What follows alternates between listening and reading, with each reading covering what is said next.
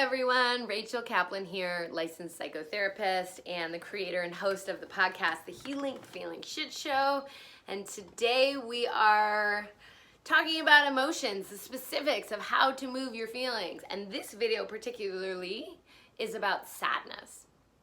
Now, I'm gonna slow down my pace when I talk about sadness. And when you try to feel your sadness, the first thing to do is slow down. So that means if you're trying to move sadness proactively, which means you didn't just get dumped, if you just got dumped or someone just died, you will probably easily be able to feel your sadness. That's not what I'm talking about. I'm talking about you're feeling kind of okay, but you know that you're grieving inside, or you wanna be able to connect to the part of you that's really sad and lonely. It's best to do before you have caffeine. It's best to do before you get really cruising in your very busy day, which maybe isn't so busy. So you want to slow down. And the reason we need to slow down is it's such a tender and vulnerable aspect of us. I consider sadness the price of having a heart. It's the consequence and fabric of loving is grieving. Because as we know, on planet Earth, in these human lives, we lose. People die, and pets die, and things change, and things end. We graduate from middle school to high school. We go off to college and leave home, leave friends. Some people do, some people don't. We lose pets, we lose love, we get dumped, all these things, right? And so one thing to remember as we move toward this very painful emotion is that if you're unwilling to feel your sadness, then you are most likely walking around really hardened or really drugged, like really chasing a high of bliss, or really kind of shut down. And they happen on both sides of that spectrum. And it's not the best way to experience life, as I'm sure you'll know, either running from one high to the next, trying to avoid the downs. That will probably screw up your life, your health, your bank account, your friend group. And the alternative of being really reserved, really scared, really protected leads to less connection, leads to less joy. And so I want to encourage you to allow and explore the beauty and the messiness of sadness. So let's talk quickly, even though I said we're doing it slowly, about the element of sadness. So I've spoken about it in other episodes, but what happens when we're sad, ideally? Like if we reach the pinnacle of sadness, what element comes out of our eyes?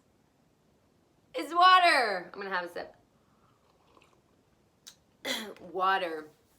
Water is the element of sadness. And doesn't that make sense? We cry. When we're really sad, we can feel like we're swamped, or we're drowning. We can feel heavy and weighted, the same way that water gets bogged down. And the downward element, the flowing element of sadness is really important.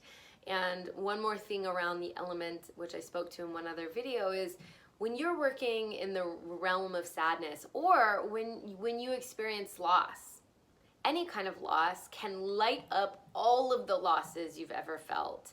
And water creates a beautiful metaphor there, because every single river leads to the ocean somehow. It like joins with another river, or geology. Look into that.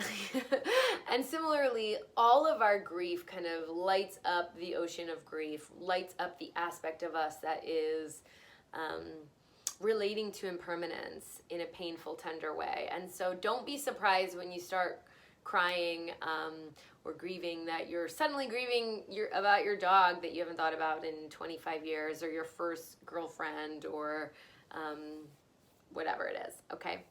So, because all of the water flows together. So, sadness. How do we move sadness? Well, I already said we need to slow down. And as you know from other videos, it's really physical, and it's really in the heart. Like sadness is usually, you're going to feel it somewhere between. Sometimes people feel it in their eyes. But often from the throat to the crotch is where we're looking for sadness. And it's best to create a safe sense of being held, to go into sadness. So that could be in your bed, which I'm right next to, my bed, in blankets. It could be in a bathtub. It could be in warm water. What a beautiful place to do it, in water, while being held by water. And water is a living thing. Cheers. So you want to create a sense of containment, and then you want to go toward the part of you that's sad and give yourself permission. It's like a real kind of like you're drawing up, as if from a well, like this part of you that's sad. And one of the important things to remember is that so often when we feel sad, we try to not feel sad. And so it might be as simple as just saying, yeah, of course you're sad, babe. And this is where you want to bring up that kind of talking to the part of you, conversing. This is a really nice move, holding yourself or doing it this way. However you want to do it, but you support yourself and you try to cry. So if you're having trouble accessing it because you've been trying actively to not cry for 20, 30, 40, 50 years, or if you've been trained that if you cry, you're weak, like so many of us humans, particularly the conditioned men humans, this is going to be hard at first. You want to be really gentle. You want to remember something that's true about every feeling, emotional session, but particularly with sadness, is this is about care. You're not trying to squeeze an emotional poop out. You're not trying to squeeze a tear out. You're trying to care, give care for the part of you that's hurting. Give permission.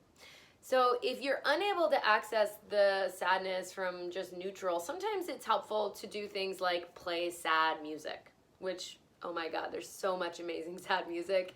Make a sad playlist. If that doesn't work, you can create art or write about what you're sad about or draw about what you're sad about, as long as you don't get perfectionistic, as we spoke about in another video. And worst case scenario, if you really don't have any feelings of sadness, you just can't get there, use a video. Use a sad video or a touching video. And as soon as you have access to your sadness, close your computer, connect in, and try to release as much as you can. And remember, at the end of a big sadness release session, you want to do some reality testing as soon as, or not before it actually feels like you're through the feeling. You want to come back to thoughts like, is it true that nobody loves me, or that will be my last partnership, or that I'll never have another dog? You want to kind of start to take yourself out of those thoughts and feelings that can feel so devastating. And I didn't say it in this particular video, but part of the flip side of that is when you're in the middle of the release, feeling how sad and devastated you are, you don't talk yourself out of those thoughts and feelings. You feel how true they feel to these sad parts of you. So if you are confused by what I just talked about, look up the video about reality testing, or just the basics and the advanced skills of moving your feelings. But I encourage you to do your sadness release so that you can bring your soft, caring, empathic, open heart into your life, into your relationships. And yes, you will have more pain. Heartbreak is actually physical. We often have physical pain in our chest, but you will also have so much more love and so much more ability to connect to life. And it's worth it. So that's sadness, and I'll see you soon on the next one. This is the Healing Feeling Shit Show. Are you gonna have that feeling and let it go?